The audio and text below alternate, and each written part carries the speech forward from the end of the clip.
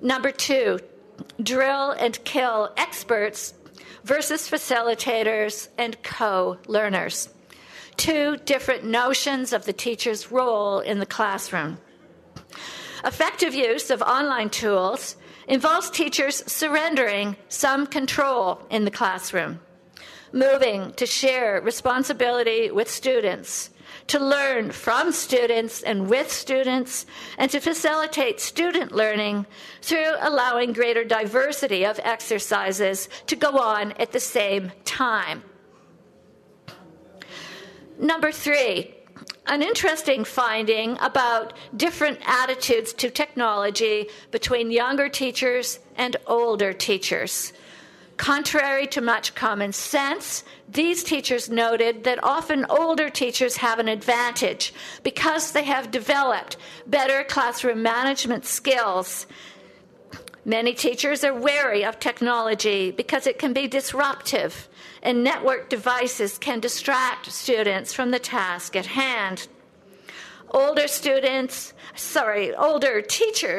have an advantage because of their greater experience in managing classroom dynamics. They're less afraid to experiment than some of the younger teachers.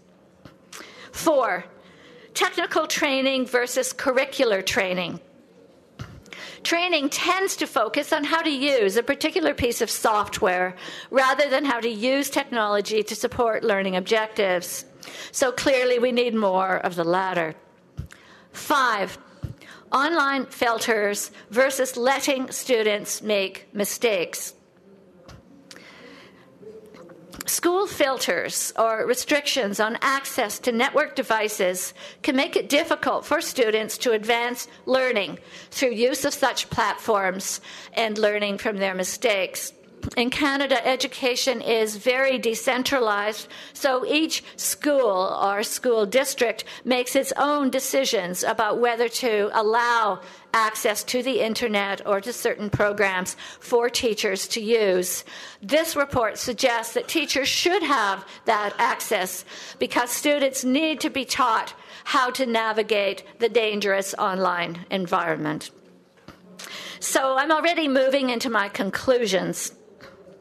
To the extent that globalization is a struggle over knowledge of world affairs, we live at a time of contending rhetorics and a proliferation of literacies through which to understand them.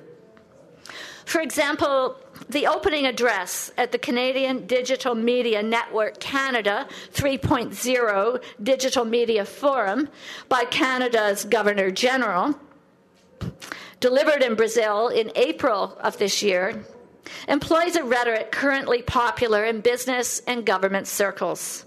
The speech praises the communicative revolution heralded by the rise of the Internet, stresses the importance of learning and innovating across borders, expresses the belief that this new technology is very democratic in nature, advances a call to practice a sort of digital diplomacy of knowledge, and asserts that Canada and Brazil are poised to thrive in an age where knowledge, rather than GDP or military might, is gaining momentum as the new global currency.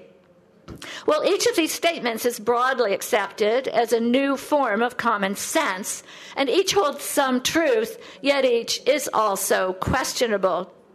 New forms of digital literacy are needed, not just to access the quality of information provided through the net, but also to analyze more carefully the claims made about how the net operates, how it is governed, whose interests it serves, and the implications of these for knowledge production and sharing, and for creating sustainable futures.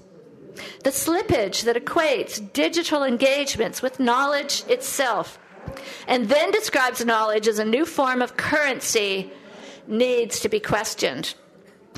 So the new knowledge economy is not living up to its early promise of translating education into stable and well-paying jobs. Vocational education and training is set in a turbulent and volatile environment marked by national and regional specificities in which its definition is somewhat fluid. Emancipatory goals for vocational education and training are constrained by its relationship to other forms of education, as well as the ways in which it is lodged within capitalist and neoliberal relations. And these take different forms within different locales. To move beyond instrumentalism and discourses of human capital, we need to break from past approaches, moving beyond ethnocentrism and curricular choices, and encouraging student mobility and language learning. Teachers cannot be seen as the implementers of policy produced elsewhere. That is one of our fundamental principles. Teachers need to be involved in designing changes, encouraging student autonomy, and opening their classrooms to the world. As Brian Morgan argues in a book co-edited by one of our team members, Huberval Franco-Maciel, Formação de Professores de Línguas, Ampliando Perspectivas, improvisation should be an important feature of 21st century classrooms, allowing the learning to be reciprocal, with teachers and students learning from each other and students learning from each other as well. Morgan stresses how identities are both revealed and created in the classroom.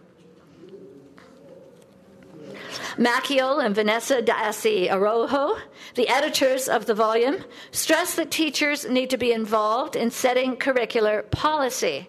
They cannot be mere executors of a policy designed by others in other contexts. Current divisions of responsibility and labor between scholars and teachers need to change. Tensions between autonomy and imposition need to be better negotiated. Changing tools does not necessarily change structures. Maciel also refers to reform fatigue as a result of political imperatives influencing educational policy in inappropriate ways. And he quotes Kress to ask, which culture or cultures are to be the points of reference for a global curriculum? Whose power? Whose authority? In what domains? How exercised? So addressing these questions requires negotiation between local and national actors, teachers, academics, and policymakers together to revise the systems within which we work. The framework for such decision-making, for now, should probably be pluriversal rather than universal, at least until new forms of shared understanding can be created on a more equal basis. So our project is a first small step toward that goal.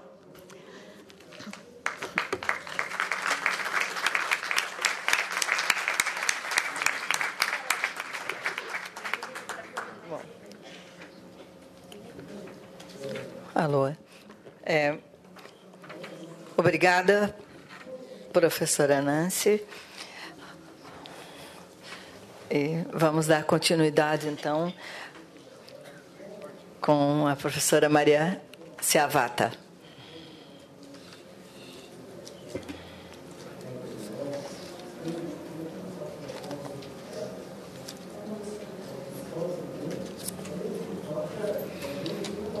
Boa tarde.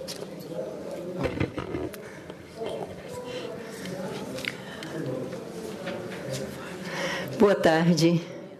É um prazer estar aqui, contar com um público qualificado, de alguma forma envolvido com as questões com que nós estamos tratando. É sempre uma oportunidade de repensar as próprias ideias. Então, é esse esforço que eu tenho de transmitir aos senhores aquilo que eu penso sobre o tema e, naturalmente, aguardar quais são as lacunas, quais são as interrogações, quais são os avanços possíveis. O nosso tema é ressignificar ressignificação do currículo, eu digo que a palavra ressignificar, ela quer dizer dar novos significados. E você dá significados quando você atribui valores. E quais os valores, eu pergunto, quais os valores que pautam a educação? Eu vou falar particularmente sobre a educação brasileira. Que valores pautam a educação profissional em nosso país? Que não está isento de todo esse intercâmbio, acho que muito bem apresentado, muito bem focalizado pela colega que me antecedeu. Que valores pautam o currículo de educação média e de educação profissional?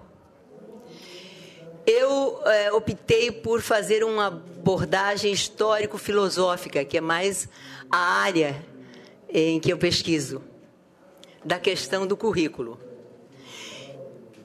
Eu busco, então, resgatar alguns valores, os significados que são atribuídos ao currículo, particularmente da educação profissional de nível médio, profissional técnica de nível médio.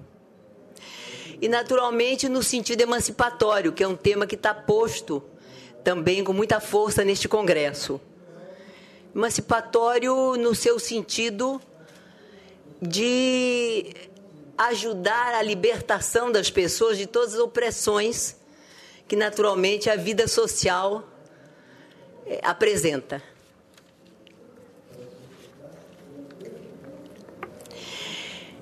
As questões ambientais que ameaçam a vida no planeta, ela tem uma de suas causas mais